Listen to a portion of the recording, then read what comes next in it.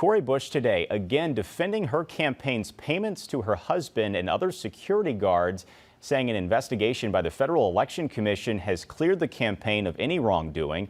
The representative was at the St. Louis County Library on Natural Bridge. First Alert 4 Investigates asked her about her continued use of campaign dollars for her own private security, even paying her husband for the work.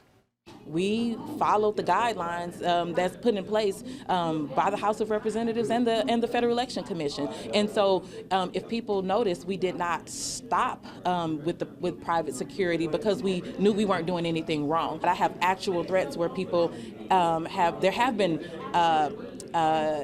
attacks on my person. So this is not just a thought that maybe something could happen to me. And Congresswoman Bush makes it clear it is not taxpayer dollars. Federal regulations do allow campaigns to pay family members a salary if they are providing a bona fide service to the campaign.